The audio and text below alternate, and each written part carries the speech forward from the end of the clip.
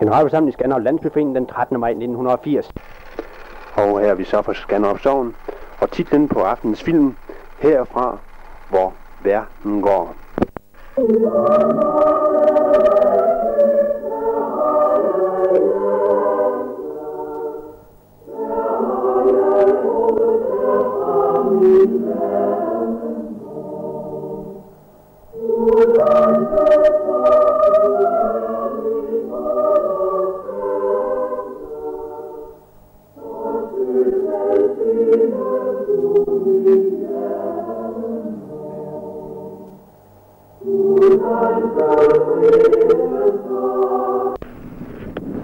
Når han står her ved runestenen i Jellinge, som Harald Blåtand rejste til minde om sin far Gorm og sin mor Thyra, så kom man uvilkårligt til at tænke på, at det var her så mange ting begyndte, og det var dengang så mange ting blev startet.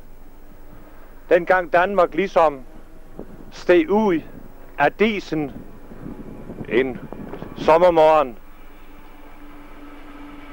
Her på stenen, som mange med rette har kaldt Danmarks dåbsattest, her står Harald konge, satte dette minde over sin fader Gorm og sin moder Thyra, den Harald, som vandt sig alt Danmark og Norge og gjorde danerne kristne.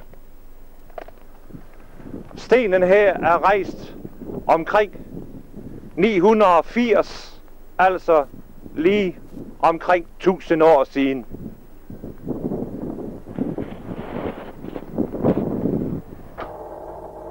Man mener, at Harald Blåtand har flyttet de jordiske rester af sine forældre fra Nordhøjen og ind i kirken, fordi han ønskede, at de skulle begraves i indviet jord inde i kirken. Og her har man så fundet spor af knogler i Jellinge Kirke, da den blev restaureret for et par år siden. Det var først, da Harald Blåtand lod sig døbe, at der rigtig kom gang i kirkebyggeriet i Danmark. Og allerede på Knud den helliges tid var der i 1080 var der cirka 1000 trækirker i hele Danmark. Og i løbet af årene 11 til 1200 blev alle disse trækirker udskiftet med stenkirker. Og det er de stenkirker, som endnu den dag i dag, 8 til 900 år efter, bliver benyttet søndag efter søndag.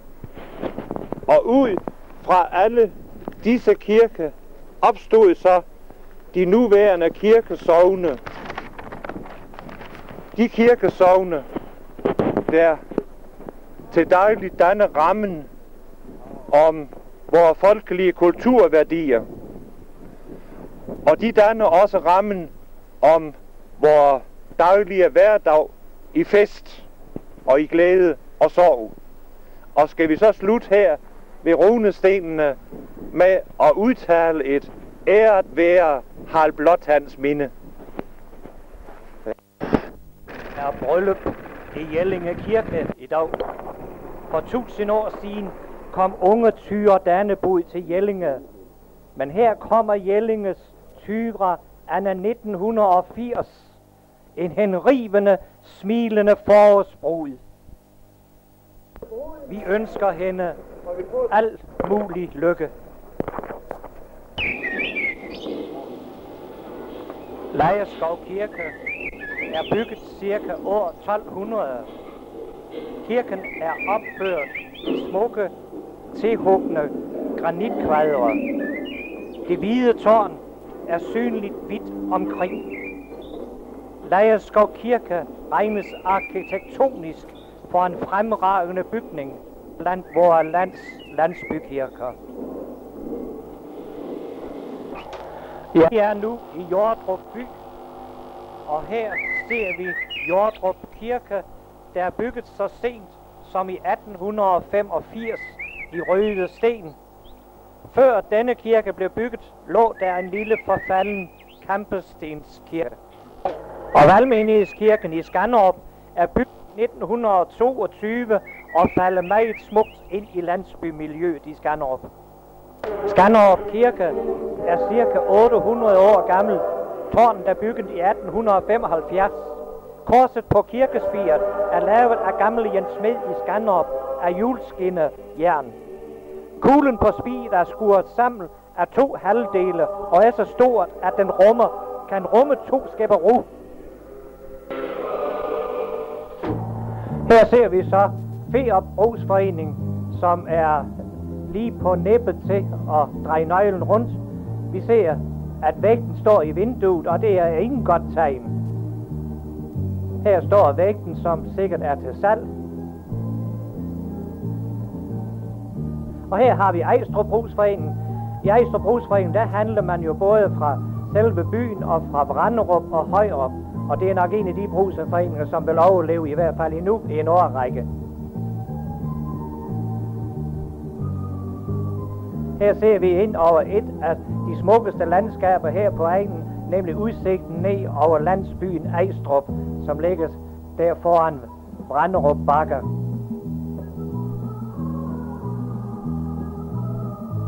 Højvang, Toppel Rybæks fødehjem.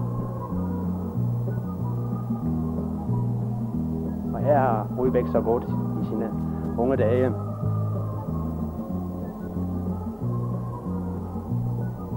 Her er vi kommet til Lejerskov Brugsforeningen, som lukkede allerede for en halv snes år siden.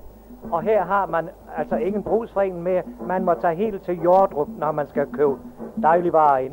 Og her er vi kommet til Eholt, som også var brugsforeningen i gamle dage. Her har man fået en anden løsning end de andre steder. Her er nemlig oprettet en købmandshandel. Her ser vi, hvordan man fik sækken ind i gamle dage.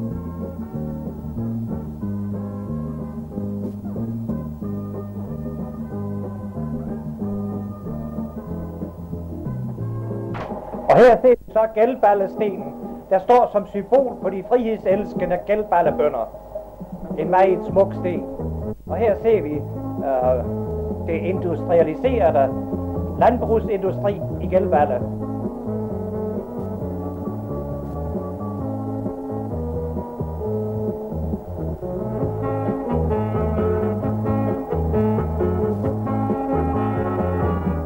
Og her har vi så et parti for Geldballe med Brugsforeningen, som blev lukket allerede først i 70'erne. Og her har vi Geldballe nedlagte skole. Den blev jo som bekendt allerede nedlagt i 1962.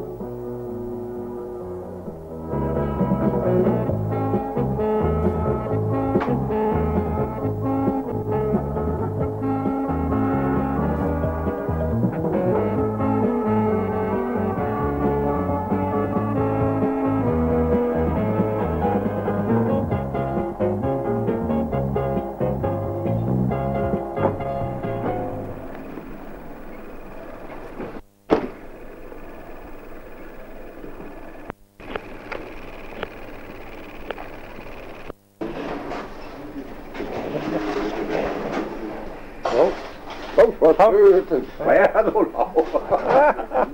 Nu gik det cigaret ud. Det er nu den fik jeg til. I kunne se nu, vi var lige kasser her. Ned her nu. Sådan her. Hav, forældre. Ordet binder. Karen, du skal op og hjælpe ham lidt. Skal jeg hjælpe lidt? Nej, ordet fanger jeg. Og her kommer Johansen i fuld trav. Du kunne lige gå derop. Og her er noget af Skanderups ungdom, også på indkøb i Skanderup Brugs.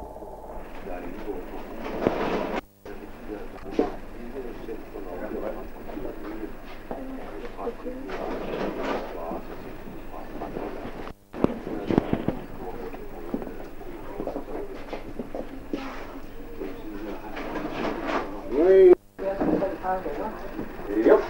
Ja.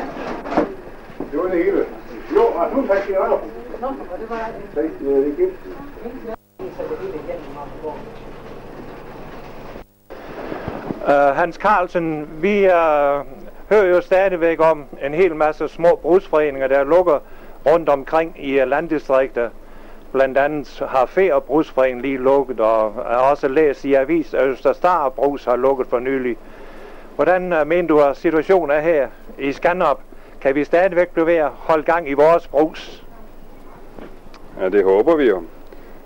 Det er svært. Vi lever i en krisetid i øjeblikket, og det har vi egentlig gjort et stykke tid. Formanden for uddelerforeningen her i Danmark, Erik Olsen, har lige sagt noget her for et par måneder siden, hvor han mente, at en 400-500 brugsforeninger vil lukke i 80'erne foruden 4.000 andre butikker. Og vi opfylder ikke de betingelser for at leve her, som vi egentlig skulle, i det, at vi skulle have et kundegrundlag her på cirka 1000 indbyggere. Og et butiksvaresalg på 3,5 til 4 millioner, og vi opfylder kun halvdelen af de betingelser.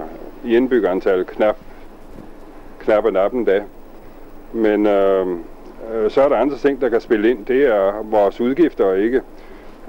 Det er ikke tal, man kan regne med. Og jeg regner med, at her vores udgifter til for eksempel husleje er så små, at vi nok skulle kunne klare det alligevel. Det er i hvert fald min overbevisning. For det ville da være uheldigt, hvis vi så på sådan et sted som her skulle lukke den eneste butik. En anden ting er også, at Skanderup, det er efterhånden berømt for, at det er et sted, man står sammen. Og ikke mindst derfor tror jeg på, at det kan køre.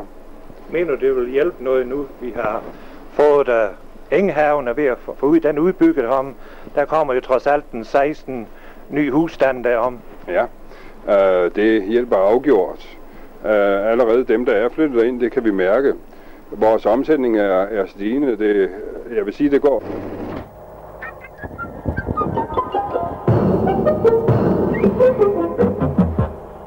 Jeg har her en kig ned i dybfryseren med de mange køvarer. Her har vi koen Karoline og nogle af de mange mælkeprodukter.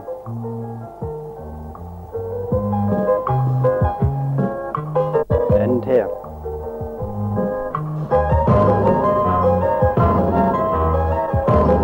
Her er vi henne ved frugtbåden med appelsin og bananer og diverse ting. Og her er vi pommes frites. Det er lækkert, det er lige for maven, og det er for brusen. Og så oven i køben med rabat, så det batter. Her har vi en høne, der er lagt ned i fryseren. Forhåbentlig ikke en burhøne.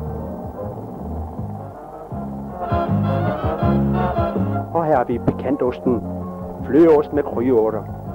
Hvor det smager. Og for dem, der kan lide løg, eller røgløg, der er det sagen. Pikant med den pikante smag. Greta Henderson, når vi kommer om og skal handle i Brugs, så ser vi så tit, at du kommer på din cykel. Hvis nu Skanderup Brugs var derom i by, hvor vil du så handle henne? Jamen, jeg synes, det ville da være forfærdeligt. Hvis Brugsen dem lå nedlagt, så skulle jeg jo sulte. For jeg kan jo altså ikke cykle til Lunderskov.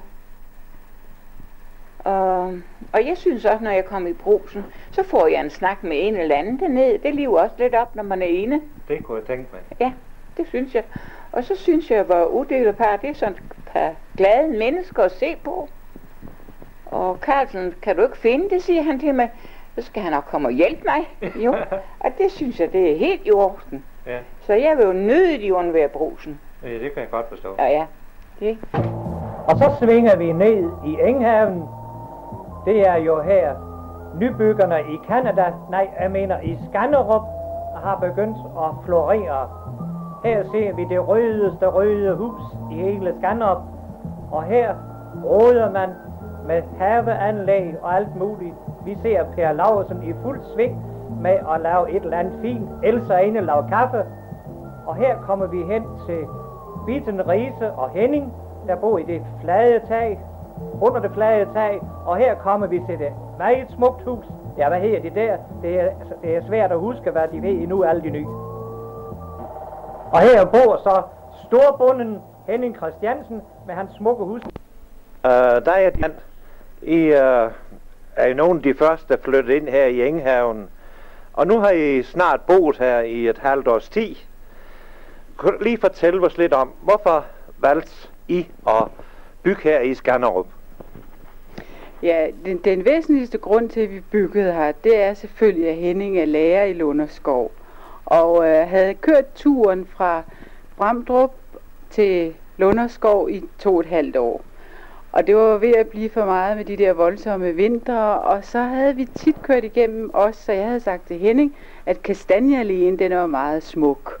Og hvis vi skulle bo nogle steder, så kunne jeg tænke mig, at det blev her omkring. Og så blev det jo tilfældigvis grunde til salg her. Og så hoppede vi altså på en af de grunde. Men den væsentligste grund er selvfølgelig, at hans arbejde lå der. Så måtte jeg jo skive mit arbejde i Haderslev, og var jo heldig at komme ned på biblioteket. Er I så glade ved at bo her i Skanderup? Hvordan føler I jer tilpas her? Ja, altså jeg vil nok sige, at jeg har nok haft den sværeste tid i starten med at finde mig til rette, fordi at Henning kendte jo alligevel mange mennesker fra sit arbejde i Lunderskov. Men jeg tror, jeg har fået en stor fordel ved at komme til at arbejde på biblioteket, ved det, at jeg igennem det lærer en masse mennesker at kende, som kommer der ind og får en snak, og så pludselig finder jeg ud af, at det er også folk herudefra, som jeg har så snakket med på biblioteket, og det, jeg synes, det har betydet meget for mig. Handler du på Brugsen i Skanderup? Ja.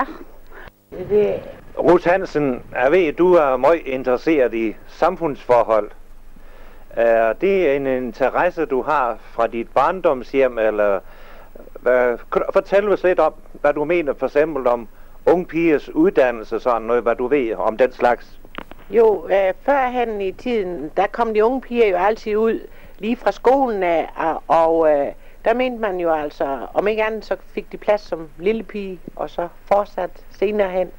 Men i dag, der synes man jo godt, de kunne få en uddannelse, uanset om det er en pige eller en dreng. Jo mere skoleuddannelse de kan få, jo bedre synes man jo det vil være. Men så skulle de også gerne, når de har fået den skoleuddannelse, kunne få en plads, som de kunne udfylde. Og dermed mener jeg også, altså, man må satse en lille smule på. Mange unge i dag er jo sådan lidt værd i det, men så fra arbejdsgiverens side prøve at se, om det kan fungere, og få dem til at sige, jamen altså, man må jo simpelthen arbejde for at få tjent sin føde. Du har selv en søn nu, der skal snart konfirmeres. Ja. Hvad ønsker du dig for ham? Ja, jeg vil jo også gerne, at han eventuelt kunne få en læreplads, og så fortsat kunne få en uddannelse derigennem. Lille landsby, du er landets kerne, med dybe rødder i den danske muld. Mod overgrib, vi vil dig